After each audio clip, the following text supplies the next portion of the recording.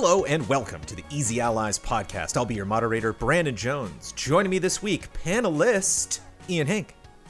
Hello. You're going to be representing two allies this week. Are you prepared? Yeah. I'll do my best. I usually talk my fair share, so. Personalities coming from the top left square. And my forest-dwelling co-moderator, Daniel Bloodworth. Hello. Ben Moore might be joining us sometime throughout the podcast if his power comes back. Ben was scheduled to be on the podcast, but no power. Did you know that you can reorder us now on Zoom if you click on someone, you can drag them somewhere else? So you can set us to whatever order you want, baby. Oh, okay. Was that just added today, or it was added in last week, earlier this week? Yeah. Zoom's out, man. We're all getting back together this year. We're getting the band back together. Yeah. We don't need you, Zoom. Come a few months, hopefully. Too late with your fixes. Distinguished guests, we are here to talk about some of the biggest headlines in the world of video games throughout this week. But before we do that, we must answer for all of the mistakes we made last week. Daniel Bloodworth, begin corrections music, please. Boop. No mistakes. What? Hold on. Hold it. I don't believe you. Ian, do you know who Asterix and Obelix are? I'm going to throw that out. Do you know that? That sounds familiar, actually. Once you say it, maybe I'll know, but... They are two Viking-looking dudes. One's really big, one's really small, big beard. And they are an old classic comic strip. Huge in Europe. A lot of European fans of these Allies podcasts were like, what? You haven't heard of Asterix and Obelix? So a lot of people showing their support. Apparently there is and I've seen footage of this, an absolutely wild Game Boy Advance game that's like 3D. That's like one of the rare, they tried to make kind of a Mode 70 type of cool. animation. Yeah, it's worth. I don't think I know. Worth checking out. Then. Yeah, Asterix and Obelix Game Boy Advance. Do yourself a favor and go check out a couple clips from that. The way the reactions are, it's like if you've never heard of the Ninja Turtles. Like it's that. Yeah. Wow. Yeah, people not an American thing. Blown away. Yeah. But there's a fun side-scrolling beat 'em up that is coming in that franchise. But whereas I could recognize, I don't know if I could name them. If you show me a picture, I'd be like, I don't remember. But shout out to all of those fans. Of course, people had opinions about things that we said last week, but that's the only something that I would say was a correction or a clarification. End corrections music, please. Feels good. We'll try to do better this time. We'll try to get more wrong. Yeah. I'm counting on you. You got to get things wrong for two whole people. I got to get wrong for two. I'm getting wrong for two now this week. Yep. We'll get started in just a little bit. Before that, though, I want to start this podcast off on the right note. Something we can be happy about. Something we can cheer in video games. And there has been a legal win. This is something, they're going to make TV shows out of this, baby. They're going to make cop dramas out of this. For Morgan Mohala, A Silver Lining. A collaborative effort between Chinese police and gaming giant Tencent has led to the closure of what police say is the biggest ever video game cheat operation. The gang designed and sold cheats to popular video... I love the gang. Thank you, Morgan. Speaking of Ninja Turtles, it sounds like the Ninja Turtles come crashing through. Yeah. Batman's going to ret them out. The gang designed and sold cheats to popular video games, including Overwatch and Call of Duty Mobile. Roughly $76 million in revenue was made by the organization, which charged a subscription fee to clients. Police seized assets worth $46 million, including several luxury cars. That's why this headline really grabs you, is wow. They got the fleet, just the row. I don't know if people were driving them to work that day, fleet. Or if they just fleet. They have them at the office. They're really good operation name. I'm curious, Ian, if you were going to have a heist, what would you call it? What would or a sting operation? What would be the code name for your sting operation? Well, it's tough because you want your team name, your sting name has to be a pun on what you're doing. So it's situational. You can't just name a sting. You got to have it. Yeah, I don't know if this one applies to that rationale. But I mean, it's always got to be something like Operation Screaming Panda or something. Okay. Operation Jungle Falcon. There you go. Yeah. Operation Chicken Drumstick was what was. Oh, that's a good one. That is good. A very tasty sting operation. And they had a website selling to hundreds of countries and regions, local media reported. Subscription prices for users began around $10 a day, up to $200 a month. I don't know if this is something, if you are a Overwatch or Call of Duty mobile player, that you will see a difference. Wait, $10 a day? Yeah, for them cheats. That would be more than $200 a month, wouldn't it? Maybe $300 a month. Yeah. Hey, to get that, you're selling it. You're selling me on it already, Ian. So it ranges from $10 a day down to $200 a month. I'm officially upgrading to $200 a month. You're right. That's a better value. Yeah, it's a better value. Take that, Call of Duty mobile players.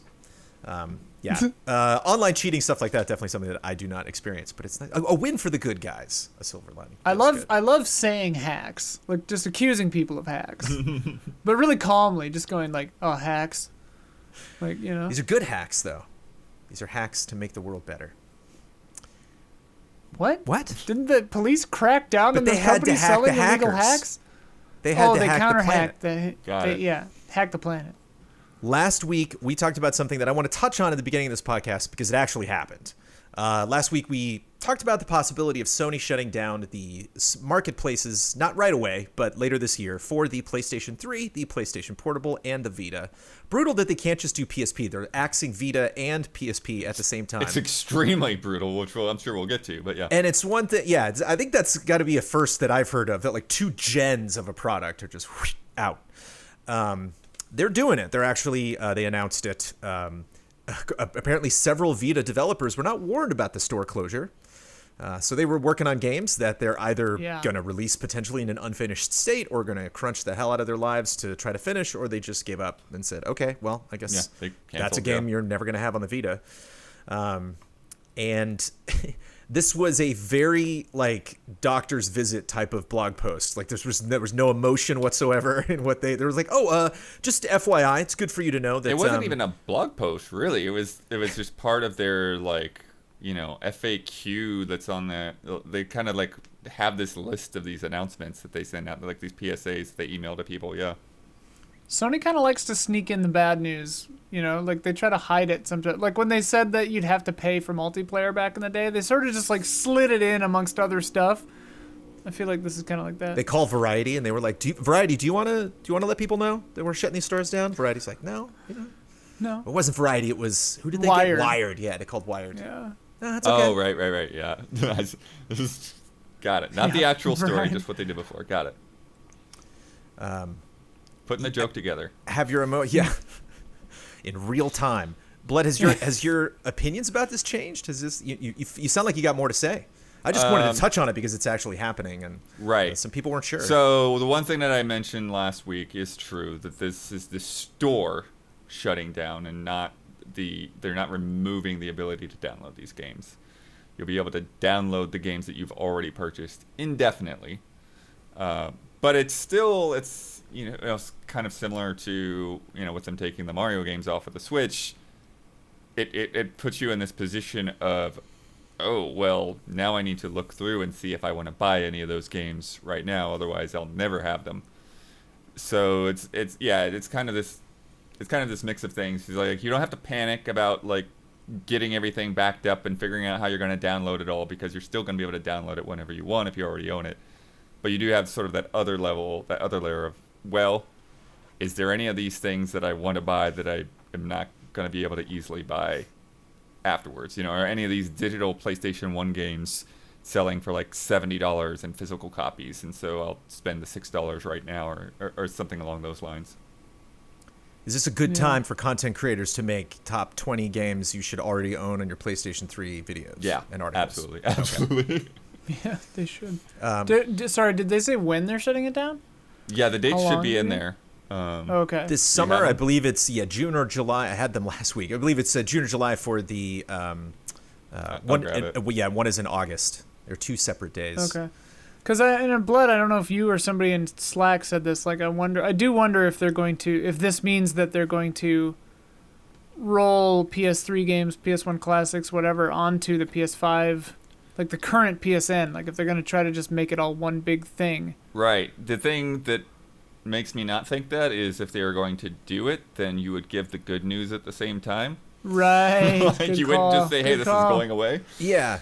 Or barely say it, like you were saying, Ian, just kind of brush it under the rug, and that people are going to get upset about it, but there's nothing really they can do. Sometimes I wonder, man, if these big companies do know that people are going to get upset about stuff. Like sometimes they just do stuff and then are like act surprised when they're like, "What? You're mad about this?" Like It's like, why would you not know that people would be mad about this? Like, of course. Well, we were pondering like how to retaliate against this, how to make this like seem like a bad idea or seem like something that they would regret doing. And like, as consumers, we don't really have a ton of options here.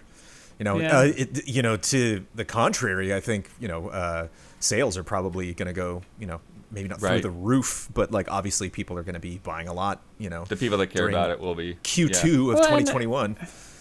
To me, it seems like a pretty easy value proposition of like, how much does this cost to maintain? How much are people buying things off of it? And as soon as the latter number gets even close to that first number, you just shut it down. Like, I think, I don't know, like. Yeah, no, we didn't know what that number is. And interesting to me in this, it's like, now they're going to be spending money on servers that people can download this stuff without getting anything for it. It's really like people actually buying this that was bringing in revenue on these stores. Yeah. So it oddly is kind of like a nice, gift. Yeah, I forgot about that you could still download for stuff still being able to download stuff. Yeah. But, do you have got the dates, Blood? Yeah, I've got the dates. So PlayStation 3. What's weird is the way I'll just read the sentence because it's oddly broken up.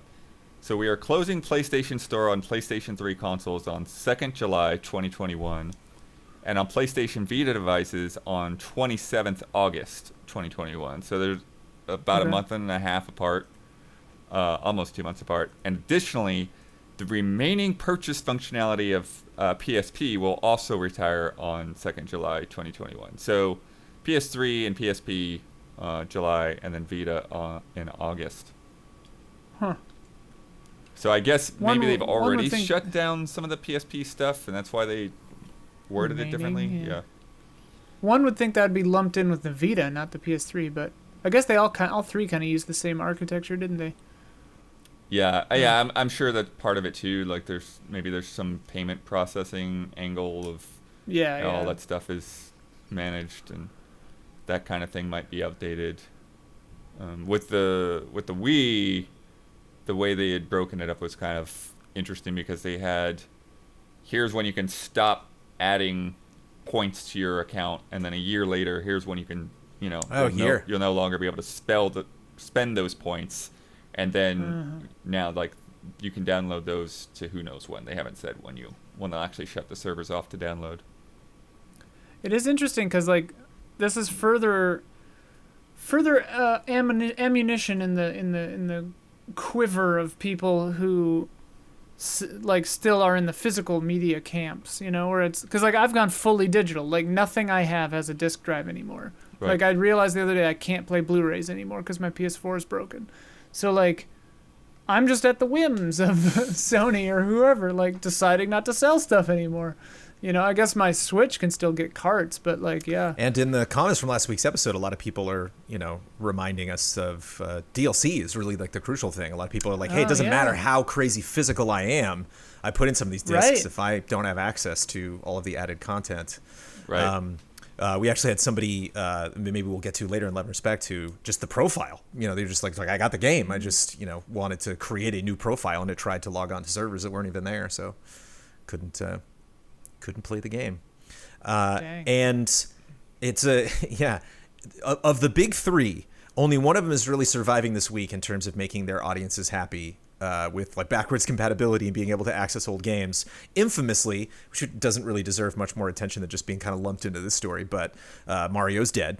You can't play Mario, Super Mario 3D All-Stars. CNN's writing articles being like, is Nintendo gonna kill Mario? I love it when the non-gaming press or whatever picks up the wrong element. I bought Mario 3D All-Stars on the last day. Nice. Rebel. Oh, really? Yeah. I didn't buy it at all. They got you. Oh, yeah. Jones, that's the only way to win. Yep. But I'll not that I need to justify why I wanted to buy it or not, but it's the idea really that was that if it had been available indefinitely, like I do believe that I would have eventually bought it at some point when I was ready to play one of those games. And I had a blast. Like I would, getting into Mario 64, playing quite a bit of that, and then I popped in the other two, just the beginnings of them, just to see what they look like. And yeah, I enjoyed them. It's funny because I think they did something weird with Sunshine to compensate for their not having the analog triggers. So I think it's like rather than like pushing the button in all the way, is like you push the trigger for one spray and the shoulder button for the other spray, something like that, to hold yourself in place. But it's fine. And according to our recent tier maker conversation with Michael Damiani, the Super Mario 64 was intended for the analog stick on the Nintendo 64 controller, and scoffed at any analog stick's attempt to recreate that Mario movement. So part of the reason why I never bought in, it's OG or bust. But then, of course, the backwards compatibility hero of this generation, and possibly last generation, Xbox, who we were already applauding last week, this week added a bunch of stuff to the Xbox Cloud Gaming Beta, which is a bummer if you're on iOS, which is still not available, but Android users are stoked because there's a bunch of Xbox and Xbox 360 games that are now on xCloud. So and N64 games, if you really, look at it. Perfect Dark and Banjo-Kazooie and Banjo-Tooie are now available to play on a Android if you want. But it's just, it was surprising to me that these are the three main console competitors in this industry, and like two of them just said screw you to their consumers in 1 week, and Xbox like, have some free games. Yeah, and that's the funny thing, because I don't care about cloud gaming really at all. There's very limited situations that I imagine I'm going to take advantage of that, but it just shows the trajectory that Xbox is on right now. The fact that games from across the entire history of Xbox are playable on an Xbox Series X is pretty admirable, and it's taken a lot of work for them to be able to do that, and for them to test all of those games before the Series X launched. And it's not perfect. There's still a lot of games missing. There's still a lot of rights that will probably never be cleared up, like the GoldenEye game that of course that you got to check out. But it's good to know that they have people that are working on this and expanding this, and that at least right now they're giving lip service to it. So it would be very difficult for them to change that direction. Yeah, and I do look upon it as a good move for the future. Like, I think that now is almost the right time where people are ready for this kind of thing. Like, Stadia was too early. Like, all these other ones, the PS Now and whatever those other ones were called, were too early by far. And, like, this is too early still, but it's shored up by all the other stuff they have going on, like Game Pass and whatever. And, like, it's funny because you say now that you don't care about cloud gaming, but, once internet is a ubiquitous human right or whatever, and it comes out of space, and like, it's just like included in your taxes or whatever, like, that's how games will work, like 50, 60, 100 years from now, like, that's just how it's going to be. And so it'll be interesting. I think they're making a smart move to get in early, but who knows who will be the big players on it. Yeah, not testing this now, Bloodworth, and like, bowing to the monetary whims of Nintendo with their arbitrary deadlines. You're on the wrong side of history, man. Get with the program. Yeah. They're trying to be like Disney or something, like false scarcity on the digital product. Yes. They're putting it back in the vault, but except the mistake they're making is, or maybe the power play that they're making is they're not telling us when they're going to bring it back out, because I imagine they will, but who knows? Poor Pixar animators are like, people shouldn't pay for our movies. It's like very strange what comes and goes on Disney Plus. Yeah, Soul was free, wasn't it? But yeah, like, when they were doing Blu-rays, I watched it, the Raya the Last Dragon or whatever. It's like I'm not paying $40 for that shit. 30, whatever it is. Yeah, 30. Ian, what's Soul Cresta? I don't know. I said it's like a shmup. 'Tis a shmup. It's a shmup by Platinum. Two things I am frequently not super interested in. But you've heard of Platinum. You hadn't heard of Soul Cresta, of course. Where are they? Terra Cresta or Moon Cresta? Oh. Now, Moon Cresta I was super into. Right. No, but I mean, of course I know Platinum. Like, I beat Automata and everything, so. Is that you wear that as your Platinum badge of honor? You're like, you're at the Platinum social party with your cocktail. Not that I would call it that, but. I got end credits. What end credits? The end credits, The actual end credits. The ninth end credits. I got it. Yeah. You do your special or whatever the Nier Automata handshake. Yeah, I did the thing with the saves, whatever. Soul Cresta game. is your this Easy Alice podcast brought to you by this week's game announcement, Soul Cresta. It's a vertical scrolling shoot 'em up, a sequel to the 1985 arcade games Terra Cresta. Oh. If you're curious about the franchise, Moon Cresta and Terra Cresta are available as arcade archives on the PlayStation 4. For now. There's for now. I think that'll be around hopefully for a little bit longer. No release date, but they have fun teasing at the end of the trailer. They literally are like counting down. It's like, oh, is it 7, 6, 5? And then it doesn't actually land on anything. What's interesting about this, I mean, I was tempted to talk about it just because it is a fun game announcement, but this is number 4 of the Platinum 4. Ian, do you know what the Platinum 4 are? Oh, shit. Yes. They announced a while back that they had a thing called the Platinum 4. They were Right. going to make 4 announcements. Mm-hmm. Yeah, this And I guess website this is the with all fourth these one. little sparkles. They had that Yeah. sparkly website. If you asked me what 1, 2, and 3 were, I would not be able to remember the that. first one was Bloodworth, what are 1, 2, and 101. 3? No. Oh, yeah, I do remember No. 101. It wasn't? No. It wasn't? That was number 2. Oh, okay. But it was one of them. The Wonderful 101 remastered. The Kickstarter topped, $2 million. A lot of people showed up for that. I do recall that. What was Also, number sorry 1? I said that Nier Automata was dumb. I was just kidding. Did you say it was Don't dumb? get mad at me. I was just joking, though. It was a fun game. What was I what was forgot that number people one, get then? really serious Nier about that Automata isn't dumb. Being proud of beating it is dumb, is what we're, game. Sure, what yeah. we're saying. Yeah. No, be proud of whatever you want. What was the first one? And the third one? Well, the thing that's, I just want to talk about the Platinum 4 in general, because it's like, I'm They not. weren't all games, right? No, and that's the thing, is when a developer That's comes along and right. says they're making 4 announcements, and they're not 4 games. Is that So bad? one of them was about is that a our studio, fault? right? There was a studio change. The Yeah, it was third like announcement was the new Tokyo studio for Platinum Games. Their flagship studio is in Osaka, and so do remember that. and they're making live ops games. Some of the kids on the street like to call them live service games, but Platinum's calling them live ops. Sure. Sounds like a Call of Duty mode. Ops. Live ops. Live ops. For consoles, and nothing yet has come out of Tokyo. The Tokyo Platinum Game Studio. What was that first one though? It's a new game. Damn it, Jones. What was that first one? Directed by Hideki Kamiya. The conclusion of his superhero trilogy. Oh, No More Heroes 3? Beginning with Nope. No. Beautiful That's Joe, Grasshopper. and then Oh, that's Grasshopper. Wonderful 101, and then now it doesn't have an official name yet. This is embarrassing, dude. Project GG. Wow. I have no memory of that. It's a good time to talk about it because it's big monsters, man. Big monsters tearing up towns. It's a good week to have love that with the that. Kong and the Godzilla fighting. And yeah, there's big. There's a dog that gets like trapped underneath a big boulder or like a piece of building, and then some hero comes along, turns into a giant robot, and then goes after the monster. And you're like, can you just free the dog just for a second before you go fight that thing? Can you just move this block so the leash can be freed and the dog can run away? But yeah, the big clash between a big robot dude that's hiding in smoke and a big lizard-y assuming monster. Project GG. Still don't have an official title for it. So there we go. So we're kicking it off. There's your expectations. 4 announcements. The When first are we one, getting holy Project cow. DGD? Kaiju game from Hideki Kamiya, the pseudo-sequel to Beautiful Joe and Wonderful 101. Then the next one is not only a remaster, but a Kickstarter. So, we're not even sure if we're doing this yet. And then it was very successful.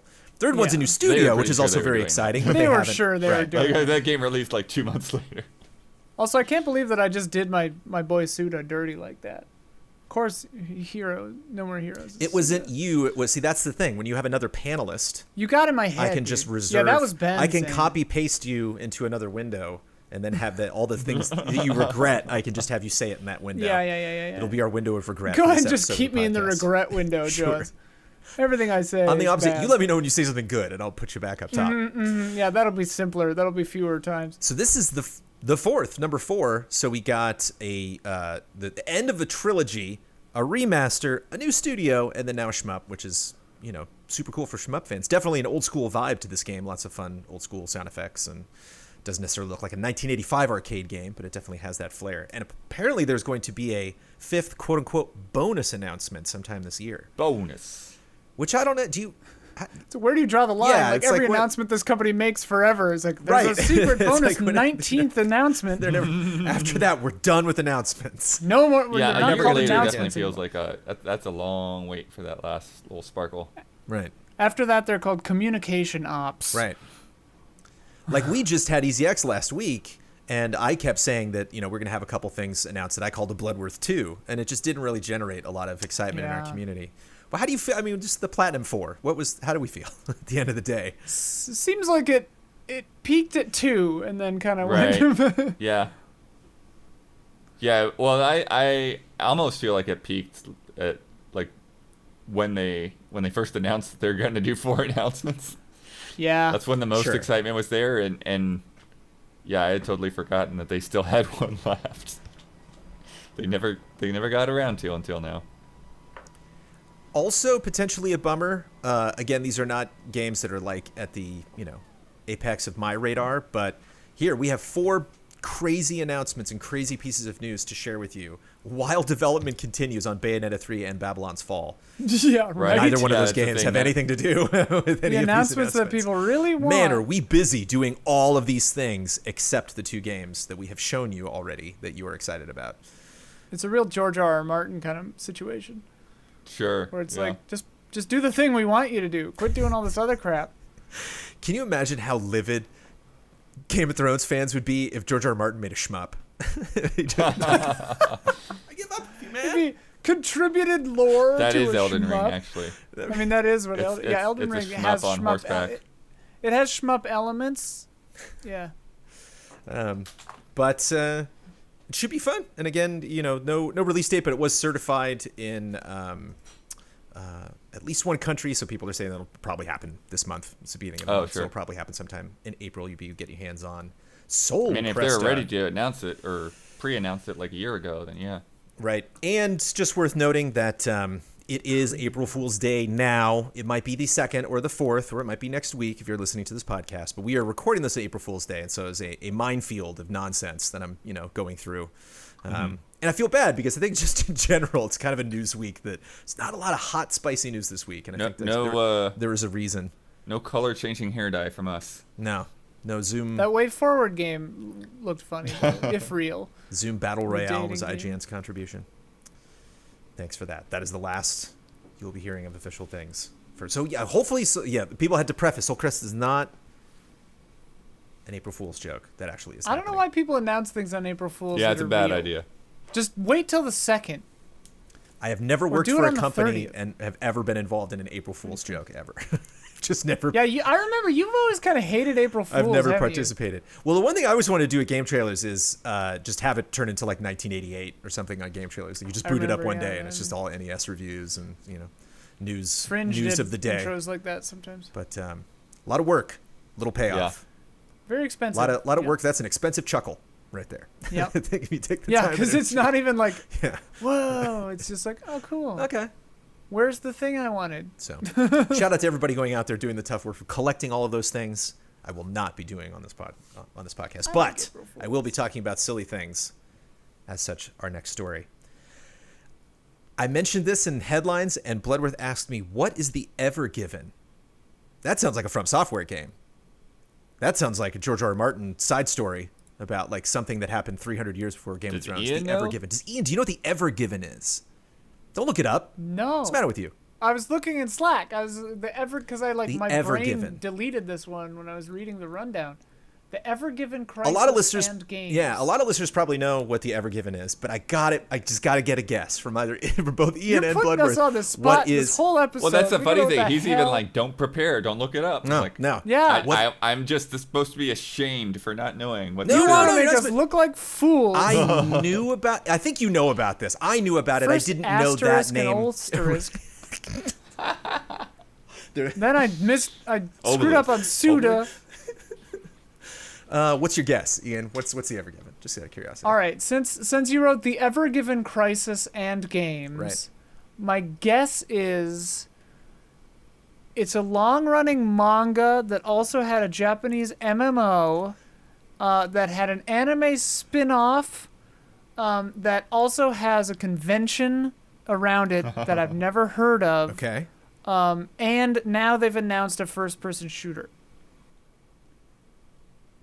I loved every minute of it. None of it's true, but I loved it. Darn. Is it Marvel? It's Marvel. It's close though. That's a good.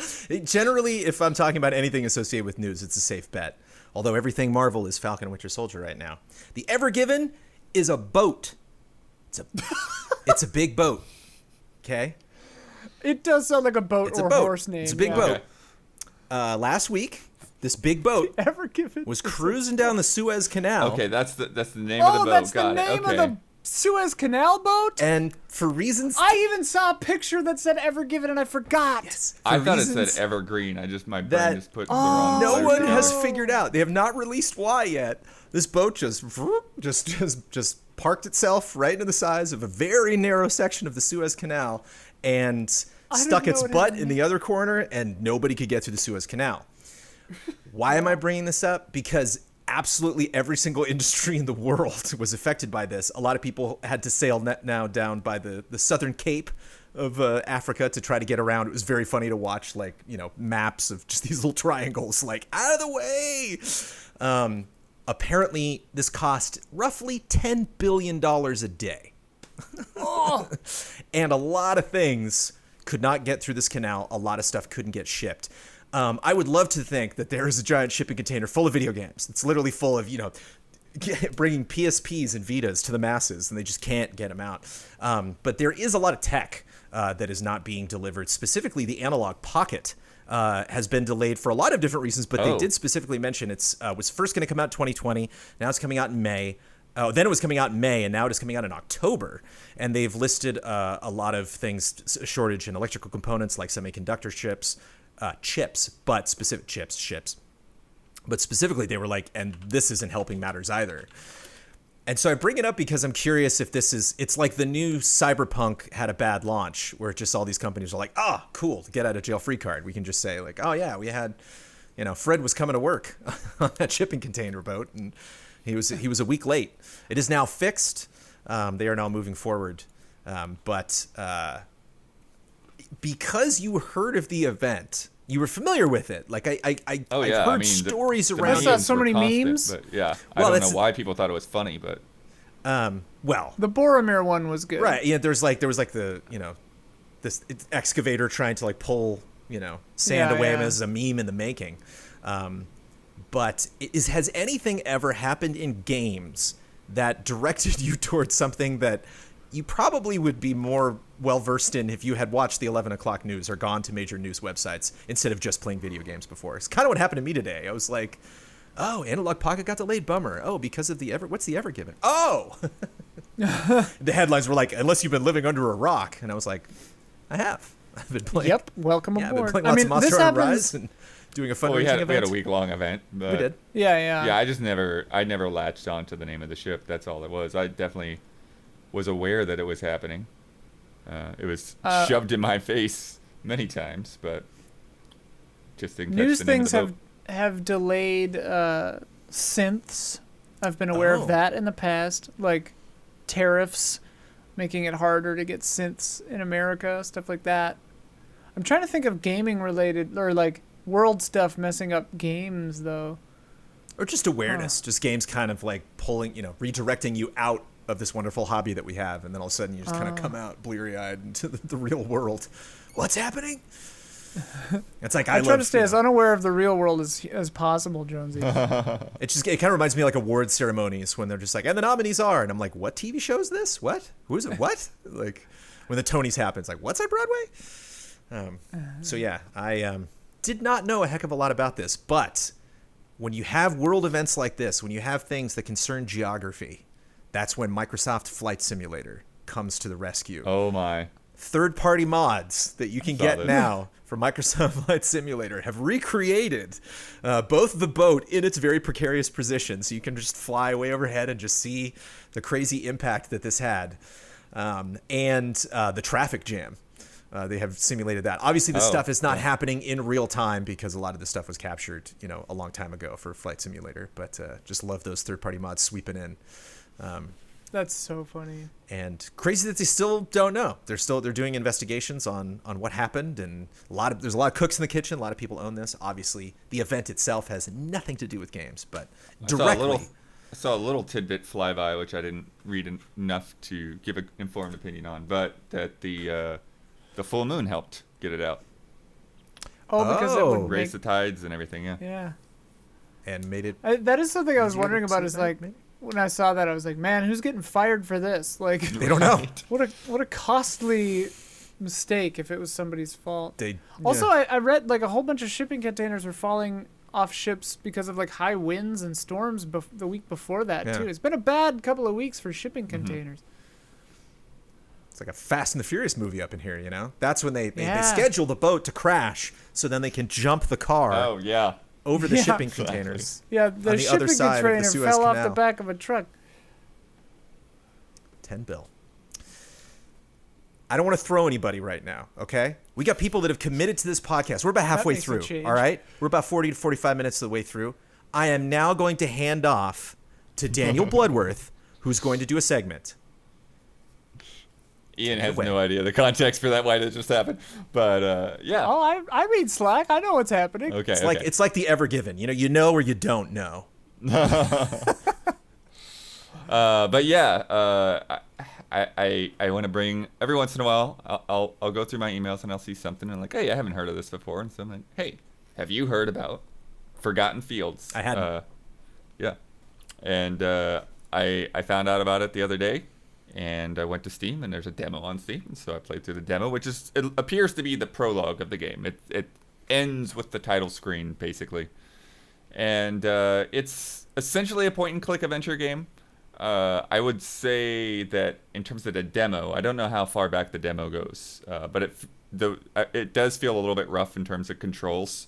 I was doing this weird thing where, like, okay, I feel comfortable walking around with the controller, but then pointing at things feels weird, so I'll go to mouse and keyboard, and then it was like, okay, well, pointing at stuff feels good, but walking around feels awkward. So I just had this feeling of like bouncing back and forth. I used a controller, and would I think I lament that. I wish I had done, because there's a lot of just I specifically want to point at that thing and click on it. Unscrewing bolts and stuff. It's like a little tricky with the analog stick. But what I like is the vibes, and it's taking inspiration from the warm coastal locales of Goa, India, which is a place I'm not familiar with, but this does feel like a kind of a shoreline, lots of palm trees, lots of kind of rural areas, and you play as a writer who has a deadline due at the end of the day and just doesn't feel like he's got it in him anymore, and his friend comes over and is like, hey, you're sitting in a dark room, man. Like, open up the curtains and turn the lights on. And his family invites him because they're about to sell like the old childhood house, and so they're gonna have one last dinner with everybody. And so there's this interesting kind of back and forth between doing things in this person's life that then inspires what his story is going to be about. And so you talking to your neighbor about fixing the scooter, and you kind of go through these motions of like turning the key and checking the gas and all of this stuff, and in the midst of that sparks an idea, and so then you cut to the story he's telling about with this girl with supernatural powers, and while he's thinking about his family selling the house, she's watching her house burn down, and so there's a lot of interesting little parallels there. I think that was my most, having played the demo, I think that was the most interesting part of it, is seeing, I kind of got excited, because I was talking to Ian before the podcast. It's like, it can be a little rough following things, reading stories about, having writer's block or having artists that don't feel creatively fulfilled, because that is the worst. And this dude has like the best friends ever. He has two friends that show up and they're just like, you're the best, man. You can write whatever. I believe in you. Here's a sandwich. Like they're just like so nice. He's like lives above a guy who's like, we never hang out, but I still want to be friends with you. It's cool. Let me fix your scooter. It's like, nice. But I got kind of excited when you started to get ideas and you kind of started to see this story take shape. Some of my best friends I never hang out with. It's true. I haven't hung out with you guys for a year. some of my best coworkers too. It's true. It's true. But and then it has after you fix the scooter and before you get to the house, it has kind of this, what I'd call a very don't nod kind of sequence where you're just driving through like all the back roads, and while there's like some music and guitars playing, and you just see all the scenery. And so that's the thing to me. Like I know, Jones, you kind of felt like it was depressing, but to me it was just kind of like this laid back vibe. So I thought with mindful games and everything going on, it might be something you'd be into. It just hits so close to home. It's like watching Silicon Valley, and they'll like make a joke, and I'm like, haha, that's not funny. It's like, I can't watch stuff about startups or failing filmmakers or writers or actors and stuff. It's just too little too real, too real. But I mean, affecting. I mean, that's like the best thing that I can say about it is it, it definitely hit close to home, because he's a deadline. He's got a deadline for a grant. So this is, he's already written a book. This is his second book, and this will give him, just a little bit more time to. Obviously, he's got bills on his desk that you can examine. So just financially, this means a lot to him. And you'll be surprised for all of you creative types out there when the real world starts to kind of encroach and close in on you. It is not a fun feeling, even if you're just virtually going through all of it. What I think is interesting too in there is, like you said, everyone's super supportive, which obviously is not always true to life. But I think that emphasizes the kind of, the self-doubt that they're going through, right? Like even his publishers, like, look, it's just one thing. It's not the end of the world. Don't put too much pressure on yourself. But at the same time, he's just so stressed because that deadline is tonight, and it's like I've got to do this dinner tonight. Like he doesn't want to do it, but he knows that like this is he has to be there with everybody. And so it's kind of like learning. Yeah, it feels like he's gonna be learning to kind of get outside of himself a bit. And speaking of creative feedback, they had a nice just message at the end when the demo was over. They're like, hey, reach out to us. Let us know what you thought of the demo. If there's anything. As Bo was saying, it's a little rough around the edges. One of my favorite things about the demo was I could still move the character even when the demo stopped. So it like brought up a screen that was like, okay, you're done with the demo. And I was like, wait a minute. Like, let me try to, hold on. And he gave that like classic, adventure game. Like, I shouldn't go through this door yet. I got something else to do. And I was like, let's go to the beach. Come on. I'm like, so the demo is available on Steam right now, and then it's going to come out on the 14th. Nice. Thank you, Glenn. I love a good video game rivalry. I miss them. You know what I mean? Like, obviously, you talk to Huber, and, he wants both the Genesis and the Super Nintendo to win. But, like, I don't know. There's just something about two people doing the exact same thing. And I feel bad that, like where we are, like with the console generation, it's like Xbox is really focusing on, performance in some areas, and they got the backwards compatibility. Sony got your exclusive franchises, your big kind of AAA releases. And remember when we did a versus of Capcom versus Konami? I do. Yeah, Versus. Those were the best show. Versus was when way Konami too much work. Could compete. Yeah. Capcom kind of won that one. Yeah. But and Nintendo's got this console that just sells the most every month. It's like the PSP and the Vita are going out the door, and the Switch is here to stay. So I love to see two people doing the same exact thing. And just announced is EA is going back to the PGA Tour. Oh yeah, we're talking about golf. EA ditched the PGA Tour after Rory McIlroy. Shout out to Rory McIlroy, huge shoes to fill, taking over the PGA Tour from Tiger Woods, who that was the EA golf franchise for a super long time. And then he took over in 2015. It's kind of like George Clooney becoming Batman, and then they're done. And then there's like, all right, we're not going to make these for a while. And EA's bringing back PGA Tour. They also recently announced, as we reported on this podcast, because we don't miss any of these sports announcements from EA, they're coming back to college football after not doing college football for a super long time. 2K, who also likes to make those sports games, just like Electronic Arts, not as many as they used to, recently acquired HB Studios, which was the developer of PGA Tour 2K21. So they're not only going to continue with their PGA Tour run, they acquired the studios and signed a deal with Tiger Woods. So now EA is going the PGA Tour route. This is like the official PGA Tour game through Electronic Arts, but 2K is going the Tiger Woods route. Bringing him on board. Tiger is taking an executive director credit and serving as a consultant. little backstory. HB Studio started with 2K for the Golf Club 2019. PGA Tour 2K21. Oh, the Golf Club was so they put that game out because I remember Matt Blair was interested in it. Oh. They put that game out, I think, independently, and then 2K signed them on. So that's interesting. We got an empty square on this podcast. Let me see if I can get Matt Blair on the phone here. There's no time. It's like 3 hours later for me. And just so I'm clear, golf's that thing what Mario plays, right? Sometimes. He's going to play it again this summer. I'm very excited. excited. Both called PGA Tour? So there's a PGA Tour 2K21, and then what's the EA one PGA called? Tour 2K21, and I think EA's is just PGA Tour, probably 2021. Or PGA Tour 21, maybe. But EA Sports PGA Tour. There you go. Yeah, the EA Sports you got to put. They're all under E whenever you check these things. It's not Madden. You don't want to look up M. You want to look up EA Sports Madden NFL. Marketing. Okay. I hope for multiple marketing nightmares throughout this entire process. PGA Tour 2K21 has almost shipped 2 million units, so that was a success for them. HB worked with EA on cricket.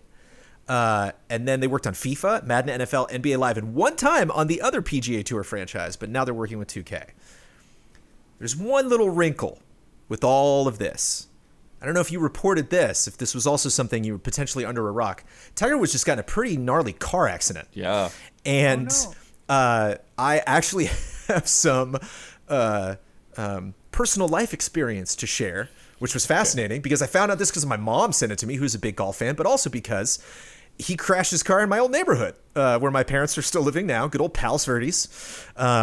And he crashed in a place where you have to really not be paying attention. You got to be driving your car super fast to crash this car. And the people who were investigating the crash are still like, so we don't know. It could be Tiger's fault, but like... It's Tiger Woods. He's got a lot of money. The last thing I had read is that they knew, but they're not disclosing. Right. It's just we don't specifically have the details, which is fishy. Tiger's lawyers won't let Coming them from me, disclose. that's fishy. So Tiger's taking a break right now.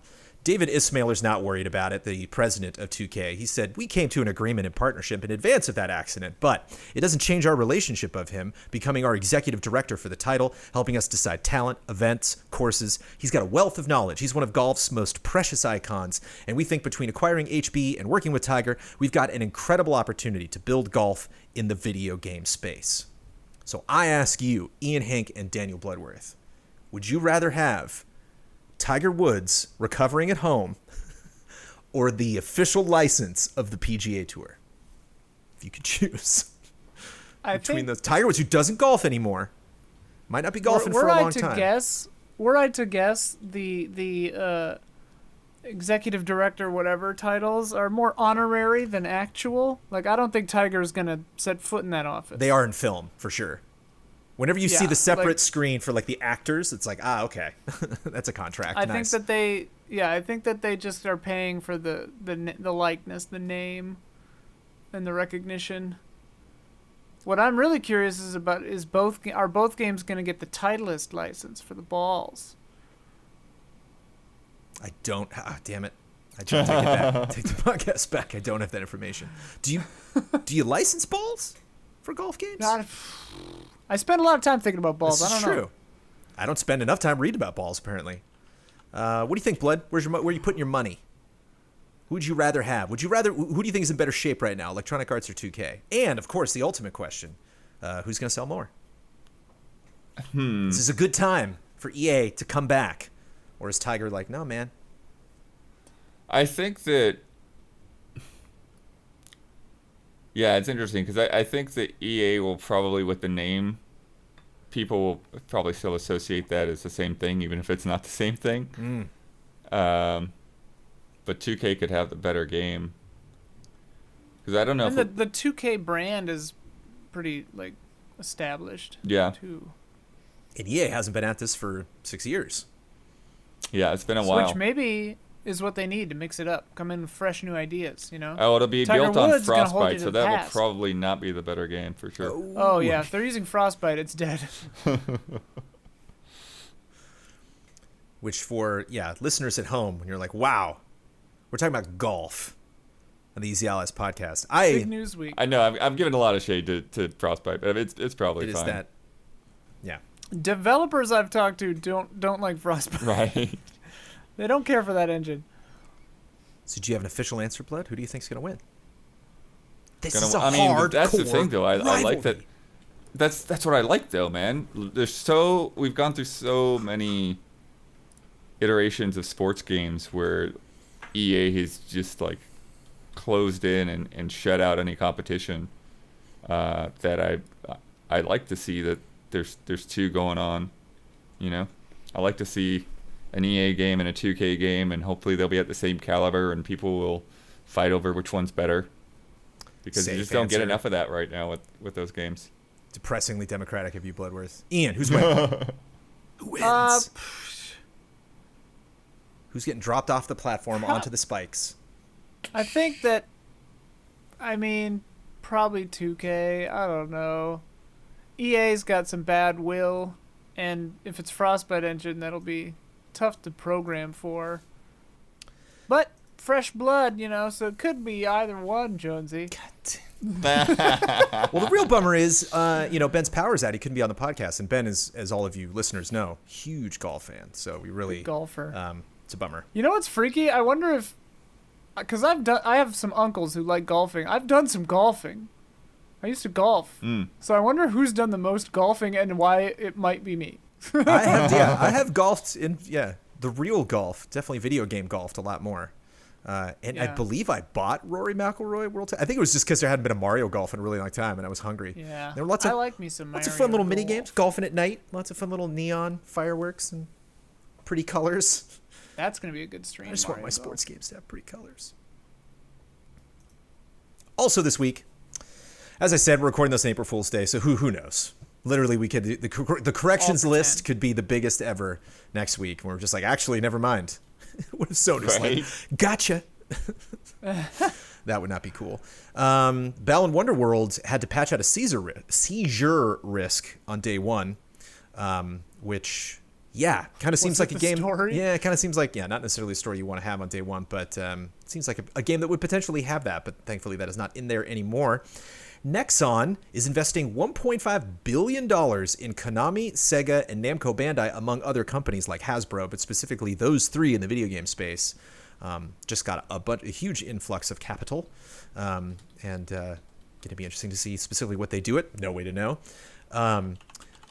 This week in convention cancellations, I got 3 of them for you, or rescheduling. PAX East has been canceled. An online-only event will be July 15th through the 18th. Summer Games Done Quick will be online only. That'll be July 4th to the 11th. And the next Tokyo Game Show will also be online only. That'll be September 30th to October 3rd. Might as well talk about this now, even though this came out like just before the podcast. But there's conflicting reports going around about E3 and whether E3 is going to have content behind a paywall. Right. Some people, Video Chronicle and some other outlets were reporting that the ESA immediately jumped on it. We're like, no, there's going to be nothing associated with this. No, not exactly. That's a little PR spin. They didn't. They left the door open. Yeah, they haven't said it's not going to be a paywall. What they're saying is they're going to have an experience that's free for everybody. So there could be a free experience and then a premium experience. So that's sort of, and that's clear in the story as well. But it's one of these things where they've pitched the idea out there and then they've gotten bad feedback. And so will it happen or will it not happen? This is probably just another round of feedback as far as they're concerned.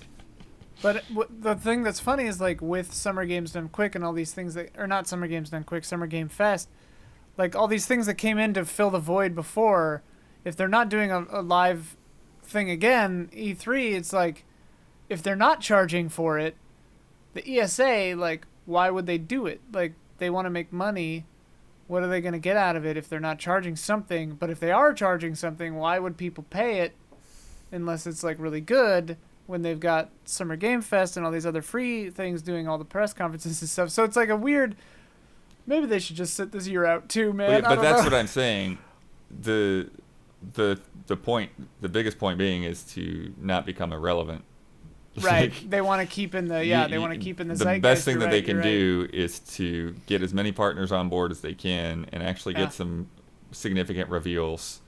So, yeah, and it's and a that's loss leader. Yeah, and that's the thing at the end of the article that concerned me maybe the most, is that they had talked to some publishers and like, yeah, we're gonna support E3 and the ESA, just kind of say we were there, but we're gonna save our big announcements are gonna come later. We're gonna do our own thing, and we're gonna put it in another showcase, but not the E3.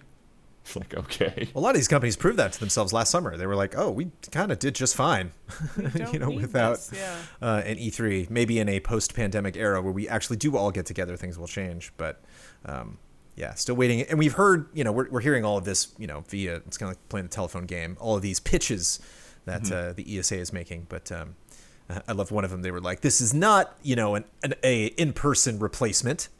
It's like, it is very much that. It's literally by definition, that's what that is. It is also not the Electronic Entertainment Expo. It's the Electronic Entertainment Experience. Oh, heavens. Yep. Still 3 E's, though. Still 3 E's. Microsoft is selling up to $22 billion in HoloLens headsets to the U.S. military. $1 billion in or actual headsets? That's $1 billion worth of HoloLens headsets. Okay, yeah, that makes way more sense. I always chuckle when, no matter what it is, when they say the words "up to," right? It means nothing at this point. You've said nothing to me. They could sell $500 worth of headsets. They just know that they're not going to sell more than that. That was like when I was at Best Buy one time, and there was a shelf that said $3 and up, and then the first thing I noticed was the box set for Deadwood from HBO for $399, and I was like, "Wow, way up! Yeah. It's way up." That's what. Yeah, every now and then you get those, like the sticker tape thing breaks, and you can just like rush out the store with something for $20. That's like $200. Some misprint. Got to take advantage when you can. I also just imagine these soldiers, just like demoing it, kind of like that scene of Fifth Element where they're trying out all the guns, and they just got the headsets on, like, oh, cool. It's like, and then, once your mission's done, you hit this button and it's Minecraft, and you're like, oh, cool. Make our own servers. Blood Rocket League is partnering with F1 and NASCAR for season 3. Interesting. Which is this month. Interesting. Rust is the coming. F1 cars goes way too fast. You just like, they'll probably just be like frames that look like the current cars, or specific racing teams, most likely. But I always love when car brands are down for crashes. It just always seems like something that they get freaked out about. Like with Turismo, they're like, no, you can't scratch these cars. There's a lot of crashing in Rocket League. Right. Cars don't really break apart. Yeah. Fair. Rust is coming to PS4 and Xbox One in May. Earth Defense Force World Brothers, the voxel version of that franchise, is going to launch on May 27th. Genshin Impact is coming to PS5 this spring with quote-unquote enhanced visuals, also the fast load times and all of that, and the controller updating. Ratchet & Clank, the 2016 Ratchet & Clank that launched on PS4, is getting got a 60 FPS update on PlayStation 5. If you are thinking of picking that game up, you already own it. As it is meant to be. Ratchet & Clank without 60 frames per second is strange. Oh, I thought you meant free. Make Ratchet free. Cyberpunk 2077's multiplayer mode, game, sequel, Gaiden, whatever, is being quote-unquote reconsidered. I bet it is. They're talking about maybe making all of their stuff online or not at all. They're being extremely confusing in their messaging. Yeah, they basically confused everybody with their announcement. But what I love is it seems like every time there's something confusing about Cyberpunk 2077, we always hear what the investors think, like before I even hear about this. And so you get the response to investor calls where they're like, okay, and that's our announcement. Now we take questions. And it's like people are like, what the hell did you just say? Like, I don't understand what you're saying. Are you making a game or not? What's going on? And, I understand that they're probably nervous about officially announcing things, but they are being extremely cagey about that. If you want fine print on Cyberpunk 2077, you can check their latest patch note list for patch 1.2, which has over 500 lines of updates. And, of course, still doesn't work in many fun ways that have been well documented online. The cars are still exploding all over the place. We got new art for Keiichiro Toyama's next horror game from Boca Game Studio. Mm-hmm. Yeah, it looks cool. I think one of the last times you were on the podcast, Ian, we got another piece of art from this, which is just like... I'm keeping my eye on it. I know. We probably won't actually get a trailer for that for a while, but...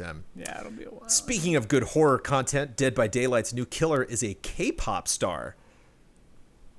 With the dark secret. Yeah. The K-pop star's agent is like... the killer, but yeah. Yeah. But yeah, What if he has a different dark secret that other than like everybody knows he's a psycho killer? Yeah. But his dark secret is that he like Some crazy cutscene at the end about his taxes. Or bathe something. with bananas or Well, something. it's funny too because they talk about the other playable character, the survivor or whatever, is I think it's his manager, and funny. And they talk about her backstory is like, oh, she had a suspicion, but she looked the other way, and now she has to pay the price. Oh no! Oh my gosh. 505 bought the Ghost Runner IP for €5 million, so that did well enough for them to be They're interested in doing that. Updates and extra modes for that too, yeah. Yeah, curious if that's to plan a Ghost Runner 2 or to get that into production right away, or if they just see other fun things about Euro. That's like $80 billion. That's exactly what that is. It feels like they were just kind of... We're over an hour. I expected way more corrections from you by this point, Ian, but that was a solid one. That was really good. You can lock that one Sorry, in. I forgot about that. That's true. You can correct me on my lack of corrections because I forgot. Yeah, it feels in a way that like 505 is just sort of taking the baton to support the devs in the roadmap for that game a little bit better. But yeah, we'll see how that goes. And finally, Bloober Team was in talks to be acquired, but has withdrawn. They were like, you know what? We're going to make some of our own money. Nice. And they think they will do fine. Growing in popularity on their own. Best of luck to Bloober Team. Go out and make those horror games. It is time for Love and Respect.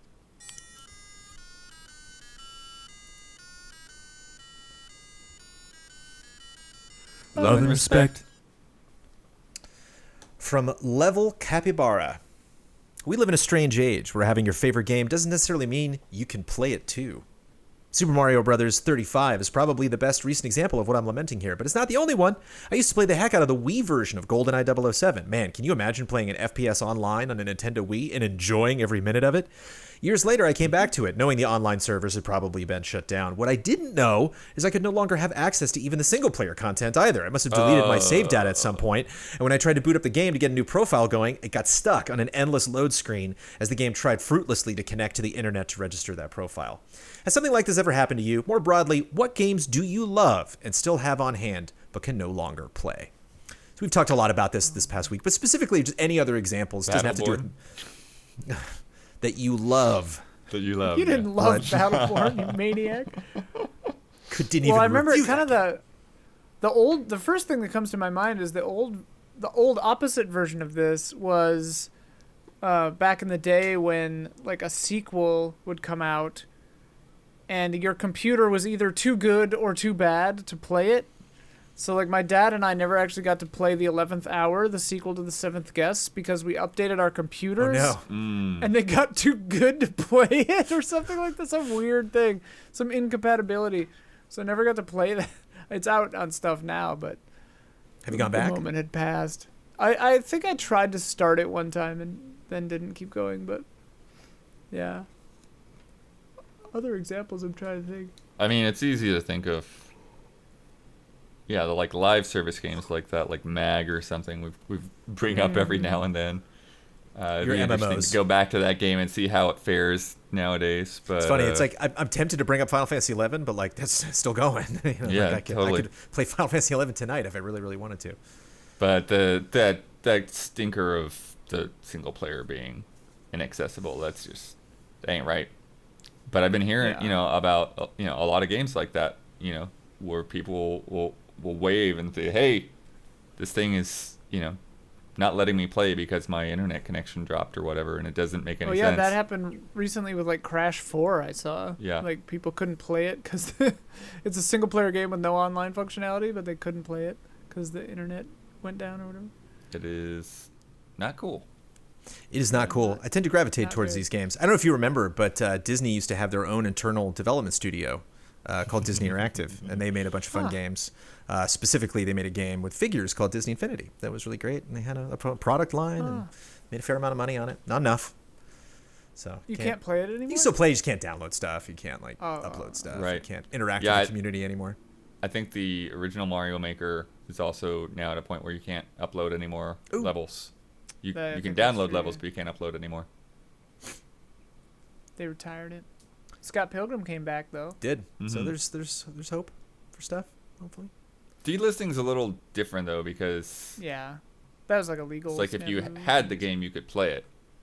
Whereas in this case, they've got GoldenEye on Wii and they cannot play the game. Right. That is It's like if you ridiculous. couldn't play PT even if you had it. Yeah. On the other hand, it was always fascinating to me. I don't work on projects like this that much anymore, but you used to do a lot of retros, and at Game Trailers, I was always just like breaking out random PC games and just like, for like Outbreak, we just played recently, and I had to use bots for that. But like, I remember we did the Wolfenstein retrospective, and I was like, Return to Castle Wolfenstein. Like, hopefully there's a couple servers running this, and just like hundreds of people playing that game. Like at the time, I was like, all right. I remember for an easy update, Ben and I tried to play Unreal Tournament, and it was really weird to try to get working, and we eventually gave up on it. Oh, man. Yeah. From Andreas Klinthaus, if there was a Westworld of video games, where would you like to visit? Raccoon City before or during the fall, Shadow Moses, Mushroom Kingdom. Mine personally would be Sandover Village from Jak and Daxter. I love the vibes there and would look like a cool villager just fishing or hanging out on the beach. Oh, dude. Where do you want to go to simulate the world? Visiting the Mushroom Kingdom would be insane. Very interesting to walk around that place. Tiring. Let's get up on this mushroom. Oh, God. But do you need to do all that? Or is that just what Mario has to go through for whatever's going on? Mario's running the whole game. Never stops running. He never stops running. I'm thinking like Morrowind or like Breath of the Wild. Like places that are like open and you can do crazy stuff. Breath of the Wild doesn't have a lot of people though, so you'd kind of lose out on that. I mean, Cyberpunk, it'd be cool if you could actually be there and do stuff. What do you think Night City smells like? Bad. Probably bad. It does not smell good. Real bad. Like Hollywood. The worst thing I've ever smelled in my entire life. I've been places that smell worse in Hollywood. Animal Crossing Town. It'd be fun if you could just, Oh, yeah. go to your Would be Animal Crossing delightful. town. I would love to take Huber and try to survive the fall of Raccoon City. That would be fantastic. That would be- Little robot zombies wandering around, like. That would be. Silent Hill would be a crazy like haunted house experience, like going through the fog, like trying to get through it. Oh my God, that'd be terrifying. Be a bummer though, because generally, if you go to the Halloween themed theme park stuff, which I dearly miss and can't wait to get back to one of these days, you just constantly hear the fog machines just going the whole time. Well, this would be a Westworld situation, right? So it's a whole big park, and I imagine for a Silent Hill themed one, they would do a psychological profile on you first, and then specifically torture you for the things you've done wrong. Like you'd be there to be punished. Whoa. Yeah, So you wouldn't want to do great. that with friends, because they would be like, "What is that giant thing? What They'd was be that?" in on it. You're like, They would get like it'd be like the game. Basically, doing the Silent Hill one is like David Fincher's The Game. For sure. Okay. Your friends would all be in on it. Ben Moore. Dropping Out of in. nowhere. Shadow dropping onto the podcast. Yeah, I was caught in a frame trap. Ben, I got a love and respect question custom tailored for you from Anthony Stevens. But before we get into that, I want to know, what Ben Moore image should I put in the square during your absence for 80% of this podcast? GA, probably. Okay, good to know. All right, from Anthony Stevens. As a competitive fighting game player and someone who's been studying kickboxing and kendo in their time, I am fascinated with the world of martial arts in real life and media, particularly in video games, animation, and sometimes films. Since you have another fighting game fan with an interest in the competitive side of the genre on your panel this week, I propose a game to you all called Martial Art or Martial Rat. I have assembled a list of martial arts styles, a pretty hefty list. Buckle up, everybody.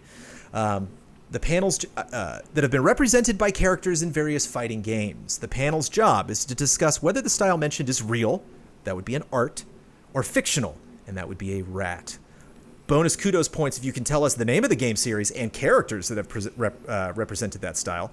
The style descriptions can be used as a clue to help guess the game's characters, but also a brief overview of each style mentioned. If I say the name and you know, jump in, I will read the styles anyway because they are all fascinating. Thank you for accepting my game, and if you do and still enjoy your content after 3 years supporting you as a group, thank you, Anthony. Love and respect from the UK. I have to imagine a lot of these come from Tekken / Virtua Fighter, but we'll see. All right. There are some martial arts rats too. I just have to say. This is true. There's Splinter. Maybe somebody's inspired by this, and we'll get some martial art rats and some game in next week's podcast. You won't be around for that one, though, Ben. Sorry. Kicking it off in alphabetical order with Baji Quan. Baji Quan. So that's the fighting style. That is the fighting style. At any point, let me know if you believe firmly that that is an art or a rat. I should say, despite my keen interest in fighting games, I really don't know jack shit about martial arts. Like, I've never picked a character because of their martial arts style. That starts I know today. There's that capoeira guy. This will be Baji Quan. Baji Quan. Real and this, art. and keep in mind, I'll read you the description. This is the description that is either in real life or said in the game. So all of these have descriptions. Baji Quan is a Chinese martial art that features explosive short-range power and is famous for its elbow and shoulder strikes. Its full name is Kai Men Baji Quan, which means open gate, 8 extremities fist. That sounds more like Tony Jaa. What does he do? Muay Thai. It's all bows. I'm going to say real. I'm also going to say Tekken for representation. I'm looking for art or rat. Art. I didn't make the rules of this one. Okay. Art. I'll say rat. I'll say rat. Tis real. Akira from Virtua Fighter practices this. Kokoro from Dead or Alive, and Leo from Tekken. Oh, yeah. So, Oh, okay. Yeah. So, Dead or Alive would be the other one that would make sense. Yeah. but good call on Tekken Checks there. out. Yeah. Bushinryu. Translated to martial god-style ninja techniques / spells. The style relies on swift movements that overwhelm the opponent, employing speedy and unpredictable mix-ups to manipulate a target into making a mistake and using the environment to gain position. Bushinryu. I'm going to say rat. Art. I'll say art. That is a rat. Ben is doing well. Ben is against his other two opponents. 0 for 2 here. Yeah. Guy and Zeku from Street Fighter. Zeku? Zeku. Z-E-K-U? Mm-hmm. Guy and Zeku both employ Bushinryu. Oh, Yeah, so that- it's in the games, but It's it's, in the- not yeah. real. Right. Yes, There is correct. descriptions Oh, for it. gosh. Somebody has said it before, but Yeah, is it yeah. actually in real life? So it's a real thing in a game or not Yes. in the games or real at all. Okay. Wow. Hakyoku Saiken, an ancient kung fu style, which expects its students to be not only of powerful and skilled physical prowess, but of strong mind, positive discipline, and also good-natured, not controlled by any negative emotions. Its ancient scrolls teach energy channeling, combat arts, and recuperation. I hope this is real. Hakyoku Art. Saiken. I'll say art. I will say like- rat. Ben's I like 3 the for 3. positive. Oh my gosh. Damn it! Terry Bogard, which is a name I do recall. He's Okay. in Smash now. Geese Howard and Tung Fu of Kingdom Fighters and Fatal Fury fame. Practice Hakyoku Wait, he Saiken. said rat. He did say rat. Yeah, He's a that's rat. correct. These It's these not- characters it's not- employ it's not a real but it is not world. real. In Oh, Yeah. but they're all from games. Yeah. they're all Yes. yes. Sorry. Okay. I think we're failing Sorry. our listening comprehension skills. today. Well, I thought it was real or fake. Ben, whatever you're from a doing, it's game. working. So Yeah. however Yeah, you yeah, comprehend this game, keep doing it that way. Yeah. Hapkido, a highly eclectic real. Korean martial art. It is a Art. form of self-defense that employs Yeah. joint Yeah. locks, grappling, and throwing techniques Yeah, similar to this those is- of other martial arts, as well as kicks, This punches, exists art. in real life. and other striking attacks. Tis. Who practices Hapkido? Very, very, very, very famous martial artists in video game fighting games. Liu No. Kang? He's on the poster of a movie, maybe potentially playing at a theater near you sometime in 2021. Scorpion from Mortal Kombat. Oh. Practices Okay. Hapkido. Well, I mean, okay, but Scorpion is also well known for throwing a chain blade at you and breathing fire. Right. But Harpoon. He's got Yeah. some magic. He Right. mixes it. Yeah. It's the base. It's just the Yeah. base. Iaido, a Japanese martial art that emphasizes being aware and capable of quickly drawing the sword and responding to sudden attacks. Iaido.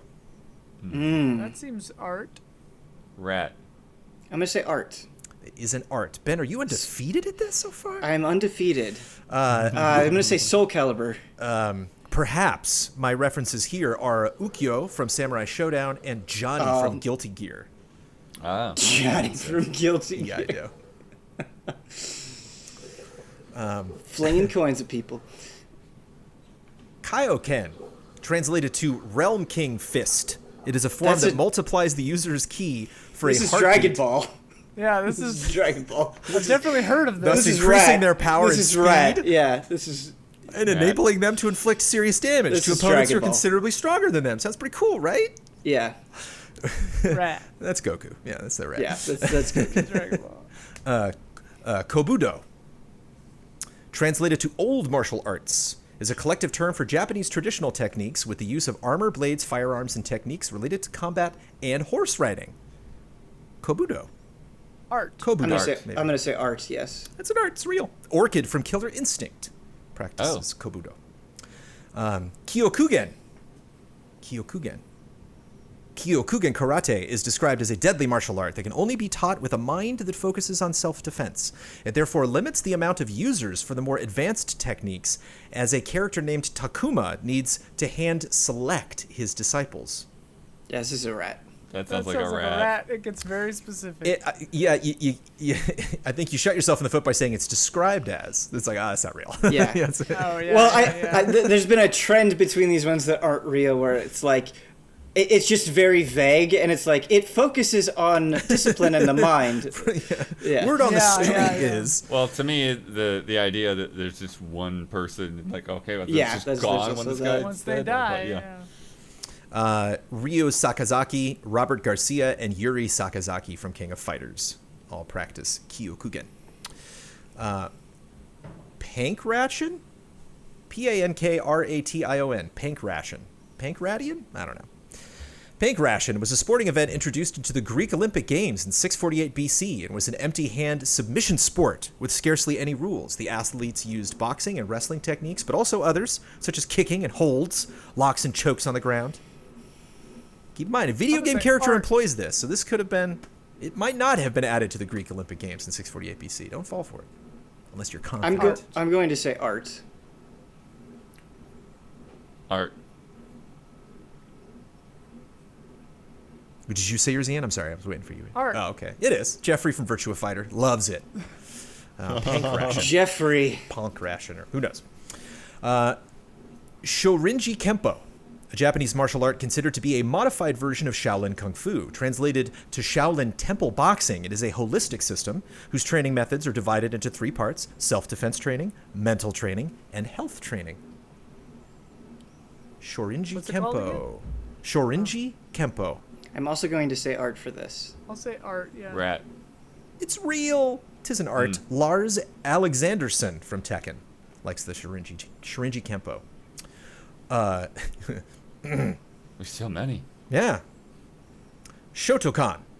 Although Shotokan karate is a real style of karate developed from various martial arts and is regarded as a dynamic martial art as it develops anaerobic, powerful techniques as well as developing speed, the game and characters showcase bears little resemblance to its real... Oh, wait, you just... Yeah. This is To a its rat. real-life discipline. Yeah, the this fighting is style Street- is this is Street assassination Fighter. art that was found in Japan during the feudal age. It basically says that it's not real in its own That description. It's a description, rat, yeah. and it's Street Fighter. That is Ryu and Ken. That's what they do. The Yeah. Shotokan. Yeah. Shotos. How about just Shokan? Shokan is a fighting style named after a race of large creatures that dwarf humans in size and boast Yeah, this incredible is a strength. rat. This is a rat. As a composite species, they combine the traits of dragons and humans alike, resembling oversized muscular humans with dragon-esque eyes. Any takers of who? I'm gonna go art just because it's too ridiculous. That would Yeah, be I'm gonna wonderful say if it art. was. Tis not. Tis a rat, but who? Who? What rat? Akuma? Goro. No. Yes, Oh, blood. Goro. Yes. Did you just based on giant people with oversized? Yeah, basically. Oh, yeah. okay, cool. All right. Sirius, like the the FM service and the Star, fully known as Sirius style purification sorcery. The user Okay. conjures the holy power of Sirius within them to overwhelm their enemies in battle. Hear me out. The style includes punches, kicks, elbow and knee strikes, and shoulder tackles done in a showy and flamboyant manner, unlike the rest of these, right? Which are done very conservatively. Art. That's Rat. Yeah, that's a rat. That's not real. But Claudio from Tekken 7 does it. Oh Indeed. wait, sorry, I zoned out. I did not even listen to that entire description. You would've would had have it. got it. You would have got it. Okay. Come on, you're killing it. You're killing it. One more. Sistema. Sistema is a martial art that was created during the 400-year-old Mongol occupation of Russia. It was created to provide a martial art that could be taught, learned quickly, and easily to provide maximum protection and self-defense by utilizing close-quarters combat. Good CQC. Art. This is Tekken. I'll say art. It's real. I have Marie or just Marie Rose from Dead or Alive and Colin from Street Fighter V, but it could also be I thought Tekken. for sure. I thought for Could sure be. it was Tekken. Could be. Could be wrong. Again, Anthony Stevens is studying it, is interested in it. Could have possibly missed one here or there, but lovely to have Ben. And it's just before we skip away, we had a love and respect earlier. Ben, if you could go to a Westworld based on any video game property, where would you go? Like Westworld is westerns. If it's it's just robots, you don't have to worry about dying or anything. It's all fake. I don't have to worry about dying or anything. It's Boy, like that Westworld, changes thing. Yeah. No, you're right. Well, I mean, Westworld wasn't functioning properly. right. Right. Launch year, Westworld. There's a lot of places that I would really like to go to, but I think the world of Monster Hunter would be pretty great. Having felines cook me food, being able to simulate, taking the vibe of Westworld into account, and simulating being able to actually go out there and hunt monsters, I think would be pretty dope. From Dom with a little D. I don't really have friends. Sure, I spend time with people and talk about things that can be pretty closed off. I don't say this to make people feel bad about it. I prefer my own company and doing things on my own. This translates to how I play games. I mostly play single-player games, but lately I've had the urge to play more games online. Could be due to the lack of social contact this past year. However, I find every time I do meet with gamers that I want to control how I play games. Either I'm not good enough and I hold the team back, or I'm not playing the right way, or the barrier to entry is too high and the games are too difficult to really enjoy. I used to play co-op games, but without a solid friend group, this had become almost impossible.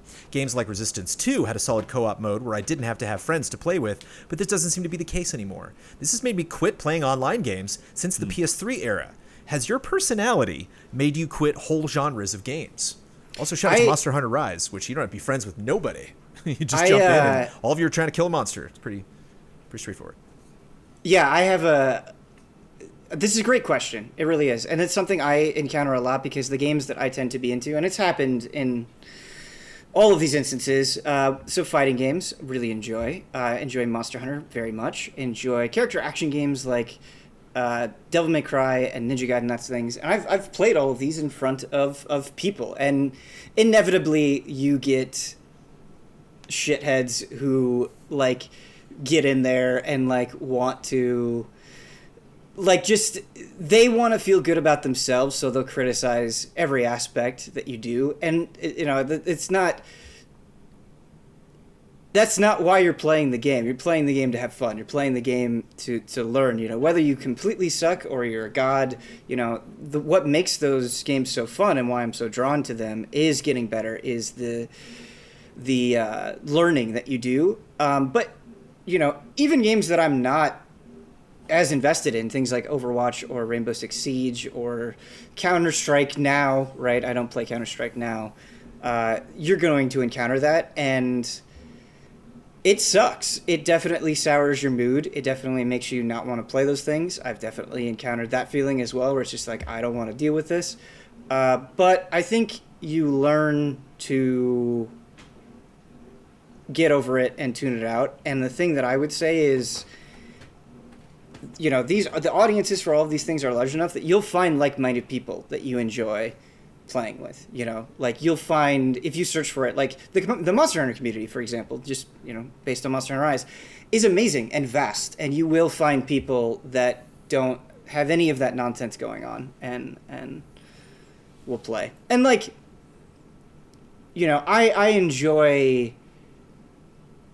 I enjoy trash talking. I enjoy joking around with friends and stuff.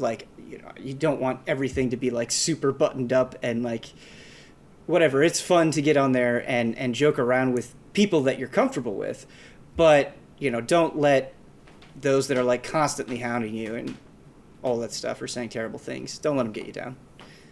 Stick with it, basically.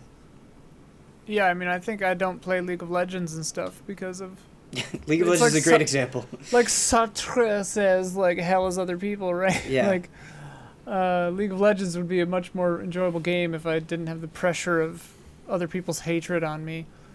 But like conversely, I remember I used to play a lot of Myst Online back when that was a thing, and like some game sessions I would just be in there hanging out and like telling people Zen stories, and like we were just like chilling in the main area, and like we weren't even like doing the game, you know.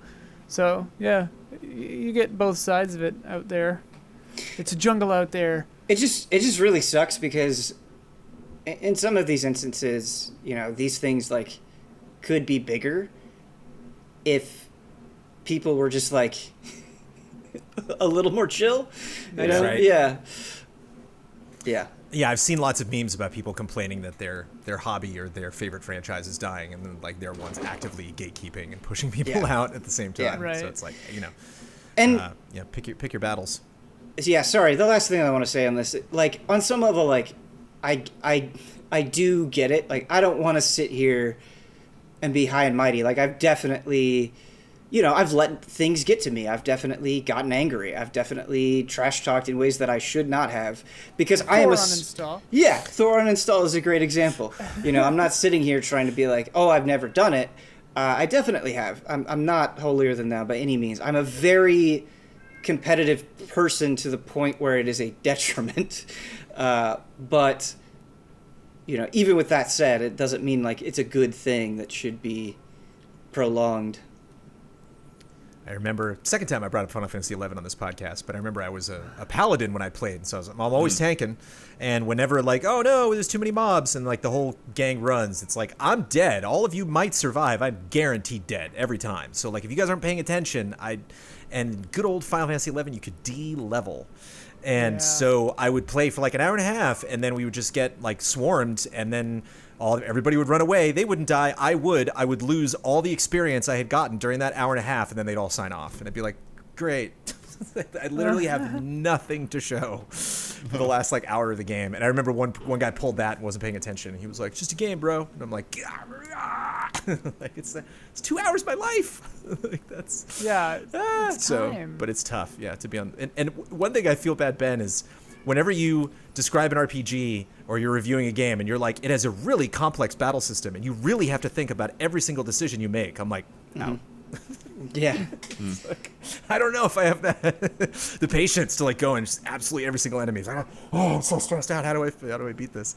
Obviously, a good quality to have in a role playing game, but just something about just like, most of the time in games, I just like running around beating stuff up. Yeah, and that's Just okay. kinda, just releasing those endorphins.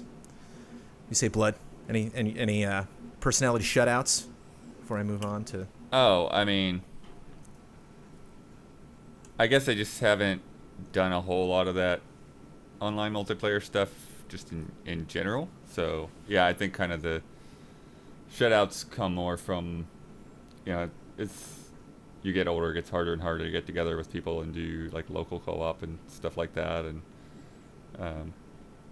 And then, yeah, I think one of the things, you know, that can be intimidating for something like Monster Hunter is just, it can feel so easily like you just can't keep up. So it's like all your friends are, you know, up 5-10 levels above you, and they're like, all right, well, I'm going to start, and I'm still not going to be able to play for enough time to be able to keep up with them. So it's like, how exactly do you keep that group going? But, yeah. From Harrison Holt McHale, in the group stream this week, the Allies got the topic of Guitar Hero, and Huber asked what the likelihood of a resurgence was in the next 10 years. While many people thought not, citing that plastic peripherals are a dead industry, someone in chat quite rightly brought up the success of Ring Fit Adventure. Mm-hmm. While the factor of COVID lockdown can't be ignored in its success, do you think that there are any ways that games with plastic peripherals might see a similar success to Ring Fit? I think it depends on the peripheral. I don't Of course. think that comparison is as connected as the question asker is trying to make it seem. I kind of agree. Ring Fit is a circle that you put a Joy-Con in. It's a very singular thing, and I think the reason why it took off is how successfully it gamified fitness. Not that that has not ever been done before, that's not what I'm arguing, but it did it in a way that was novel to people and engaged a lot of people. Guitar Hero and Rock Band, especially if you consider their later iterations, it's not like it's just even one guitar, which is already pretty like unwieldy. It's guitar, it's drums, it's a microphone, it's a keyboard. It's probably multiple guitars, actually. And it's something that is not new and novel in the same way that I think the perception of Ring Fit Adventure is. So I don't think pointing in that and going, oh, this is really successful, so it could definitely happen, I don't think that really tracks. Yeah, because like Ring Fit is, like you said, gamifying something that you ought to be doing anyway, which is getting exercise. Which especially in COVID, right? Like, right, especially in COVID. Yeah. Whereas people tried to take the Guitar Hero idea, like your Rocksmiths or whatever, and make an educational version where you actually learn to play guitar, and those didn't really super take off. Certainly not to the extent that Guitar Hero 1 and 2 and 3 did. So, yeah, they are pretty different. And I think we see like similar other peripheral stuff recently. I would say maybe more comparable to Guitar Hero would be like the Mario Kart Live Right. home circuit thing, or Labo kind of. Labo is more similar to like Lego to me, with something where you're building. But as far as just a purely enjoyment, entertainment plastic peripheral, I think the most recent example is the home circuit, which to my understanding did fairly well. But again, there's like brand recognition stuff there, and so yeah, I don't know. And I mean, like Harmonix tried again, and it didn't they? Like they tried to come up with Guitar Hero Live and like various other stuff, and it just didn't hit. So I would also, if they were to do it, I was just gonna say, if they were to do it, they would have to find a way to do it with stuff people already have. And I mean, I think we've moved on. I would say the new Guitar Hero is Beat Saber. Right. Like that's the newest. That's the new Guitar Hero. I would also argue that rock and all of its permutations are not at the forefront of musical culture right now in a super mainstream way. Not that couldn't happen again, right? Like, Big Pants are coming back. So yeah, not that it couldn't happen again, but it's just like you bring it back, and it's like the things that you would probably include are bands that we already played in previous games. It's not like I don't know, I don't see this like huge well of like, again, like mainstream attention grabbing bands that haven't already been delved into like pretty significantly in other projects. And like you can get other things that scratch the like musical gaming itch on your phone, or you know, like SingStar and stuff. Like you can get it for cheaper. And yeah, I don't know. And also Just Dance is still, there it is. Just Dance is still kicking. There it is. Yeah. I think like, the bombs could drop and there will literally be nothing but cockroaches, and Just Dance will still come out that year. Just Dance 35. Yeah, dude. Yeah. And I think too, like, it's funny because you mentioned all the other peripherals and stuff, and in a strange way, it's almost like the drums kind of killed it. Yeah. I think that there's so much about drums that can be a hassle to set up, the amount of room that takes to store, and then the amount of like extra noise that it makes for people who aren't playing. I feel like a lot of ways it's a strange thing. It's like, well, where do you go from here? Do you just release another guitar-only game? Like, what exactly? Yeah, I don't know what it would take to get people to get interested again without being reminded of having all that stuff that was stuck in the closet for who knows how long. And someone in chat asked if air guitar could be a thing, like with a camera, like sensing, because I mean things have like finger sensitivity, like things can see your hands, you know. Like a but VR I just think you feel too dumb. Like you couldn't sit there and have the same kind of fun air guitar. Right, you don't look as cool as you would playing Just Dance. You look a lot. Right. I think you look a lot cooler.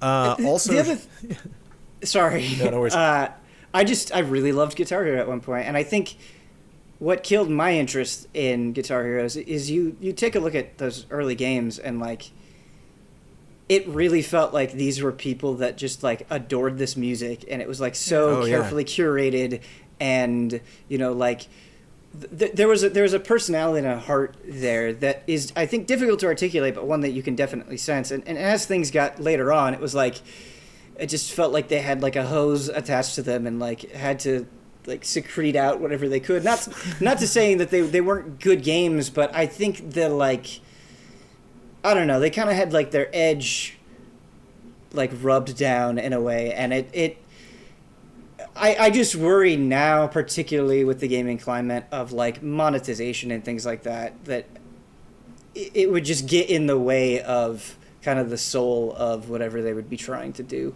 Well, not to mention that, yeah, like it was a fire hose of releases at a certain point. Like people couldn't possibly try to get everything. I go back and forth on that. One after another. Yeah. I can't tell if they released too much and that's what killed it, or it's a good thing they released so many because that was only going to last for a couple of years. So just make as many of those things as you possibly can. I don't know. I think it's both. Yeah. I think it was only going to last a couple of years, and it did, and then the rest was trying to play catch up. Like by the time you had Guitar Hero Aerosmith or whatever, it was already done. Yeah. Like they were just trying to keep it going. They were trying to resuscitate the dead horse, but like 1, 2, and 3 were it, and then it was, or 1 and 2 maybe even. I've like talked to the team behind like Beatles Rock Band, and they're like, "Man, we spent way too much time and money on that for the sales that we got." Still though, they're like, "How do you not pour your heart and soul into Beatles Rock Band?" Like, I do want to say, Beatles Rock Band was very good. It's incredible. I liked Beatles Rock Band quite a bit. Yeah, and shout out to the Ring Fit Circle for actually being a thing that helps you exercise. Like it's not like if you unplug your guitar hand thing, you can click and have fun. I love in South Park when he's like he can do the songs without like listening to it. But when I would hear the Franz Ferdinand song, my fingers would do the... but you can actually work your legs and your core, and it's good to help with posture. I do want to say, like, I don't mean any of this as a knock against the question asker. I would love for it to come back. I'm not trying to like be mean. I just like sitting down and really thinking about it. I don't see a clear path forward. You're being real, Ben. You're being real. Well, and it's the same. Like, why aren't there more games that use the ring con? And it's because, like, I think Blood, you've made this point before, where it's like, okay, does that mean you sell the digital version without the ring con and a physical version with the ring con? And do you sell a physical version of this game without the ring con if it's just like some adventure game that uses the ring con? It's like it just gets too weird. Ring Fit 2 maybe, but Elden Ring con could be. Now there's something. It's time for bets. Next week's bet: Oddworld Soulstorm launches on April 6th for the PC, PS4, and PS5. Oddworld Soulstorm, if you haven't heard about that, has been in every single media event for the last 2 years because they are really trying to get the word out and get as many demos as possible. I don't think it was an iceberg ahead. To get to get as much. I was going to say, was that a joke or was that gameplay. true? I think it's misdirects, but I think other than that. So I'm curious how many people are going to check this out when it comes out, specifically the critics. When we record next week's podcast, how many outlets will have submitted an official review according to OpenCritic? Ian. 54. 54. Your notepadded eyeballs for a second there. That was terrifying. Yep. Ben. 54. I originally wrote down 26, but then I changed it to 34, which is my favorite number. Oh, okay. We still got the low, so that's good. Daniel Bloodworth. Well, hopefully. Kind of in the middle there, 42. Oh, shoot. Yeah, you don't got the low anymore, still got baby. the low. 22. Bagoom. Damn, you guys don't believe in Oddworld. I do believe in it. I don't believe in the coverage of it. Right, I'm just going for that. I'm the high? Yeah, I think we got the high. I think it also might be crazy hard, and maybe people who only get it at launch might not have it finished by the time we record the podcast. 2 days after that comes out, we will be recording, so we will see. Last week's bet: Kingdom Hearts HD 1.5, 2.5, 2.83, and Melody of Memory are now all available on PC. At midnight on March 30th, the day that they came out, they're going into that day, 12 o'clock a.m. March 30th. I wanted to know where Kingdom Hearts would be on Google Trends. Brad Ellis bet 95. The scale is 1 to 100. 100's the top, 1 is the low. 100 means it is the most popular either more popular it's ever been or as popular as it has ever been. So wait, sorry. Like, of all things being searched, or just for this thing being searched? Just for this one term, yeah. Okay. Brad Ellis bet 95. Ben bet 90. Bloodworth bet 84. I bet 85, just ahead of Bloodworth. I checked before we recorded this podcast, and here's the trick. It swoops. So at night, it dips considerably, which is a bummer, because you would hope people around the world would back us up on that Kingdom Hearts searching. but surprisingly low at midnight, 42. It was at 100 during the day. It peaked at 100 during the day, but at midnight, it was at 42, giving the lowest score the win, which was Daniel Bloodworth at 84. Nice. Damn. Ooh, and we all believed, none of us knew that I would have voted much slower had actually paid attention to that. Which brings our scores to Jovial Penguins, 8. Gentlemen, start your screaming. I will. Vociferous Beavers, 6. Nom, nom, nom, nom, nom, nom, nom. My Vociferous Beaver screams now. Okay. As of this podcast. I just want to say, Blood, you got the win. You got more wins than me, obviously, but I was close. 84 to 85. We both had that was close. the mindset. We were in sync on that one. We'll see where we are at next week. I mean, you were both way off. This is true. All of us were way off. Right.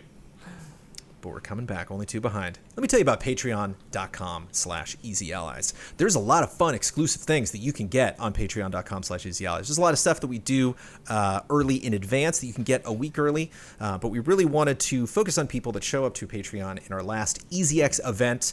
And there's, speaking of a lot of fun things that you can get, you can check out on patreon.com/easyallies for that event. But specifically, if you were like, yeah, I've checked out the Easy Allies and I've seen stuff that they've done before, we got some spoiler modes coming up that we are doing because we got a tremendous support during EasyX. If you would like to see us discuss Super Mario Brothers the movie and Street Fighter the movie, those have been scheduled. Those are happening this month. Those are going to be pretty dynamite discussions. They will be 100% exclusive to patreon.com/easyallies, along with all the other spoiler modes that we have done in the past. I had to order a DVD of Super Mario Bros. We got to get, speaking of Ring Fit, we got to get I got to figure out how to watch that DVD now, but Brandon, for me, it was Tuesday. It's true.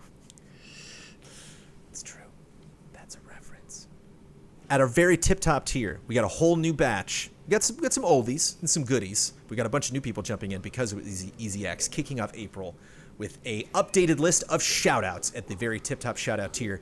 Ian, you are going first. I'm going after you. Blood, you are going after me. And Ben, you are wrapping it up. Shout out to Alex AI, Caleb Togi Crawford, Edsgar, So I'm a Spider, So What, L. Thanis, Greg the Dark Knight Kettering, Nick, Sage Mode Q, and Stephen Thomason.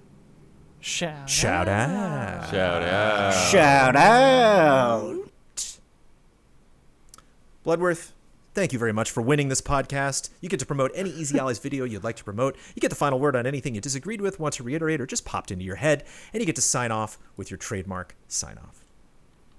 All right. And thank you, Ben, for joining. It's good to have you at the end of the podcast. Yeah. Happy your brother's back. So for video, I'll promote the Nier preview that Ben and Brad just did. Pretty cool to see that game coming back and tip-top shape, I guess I could say. One of the issues with the original game was just like how dated and performance and everything that it had going on, and so to be able to come back in a way that's a better light, it'd be really interesting to see what Ben's final thoughts are later, but you can see the first few hours, his impressions of the first few hours in that preview. I'm going to do something a little unconventional because of everything that's happened. For final word, I want to know what or if Ben thinks about Soul Cresta. I don't know what Soul Cresta is. Oh, even Ben didn't know. See? Oh, we got it. Yeah, I'm sorry. We got it. We got to dig in. 4, dude. No, we got questions. We got to dig in. Everyone forgot. This is number 4 of the Platinum 4. Do you remember the Platinum 4, Ben? Can you recite No. the Platinum 4? Probably not. No, it's been so long. I'm just waiting for Bayonetta 3, dude. I know. Yeah. That's what we said. In your absence, Ben, I uttered the words Bayonetta 3. I just wanted to know. Wasn't Bayonetta 3 wasn't that announced like 1997? Like, let's go. It was not in the Project GG, Wonderful 101 remastered. Their new Tokyo studio, and now they're making a shmup Soul Cresta called Soul Cresta, SOL Cresta. That is the sequel to Terra Cresta, which was the sequel to Moon Cresta. It definitely has a deep fondness for the shmups, so that's not surprising. Yeah. And we'll see you before the next Blood Moon rises.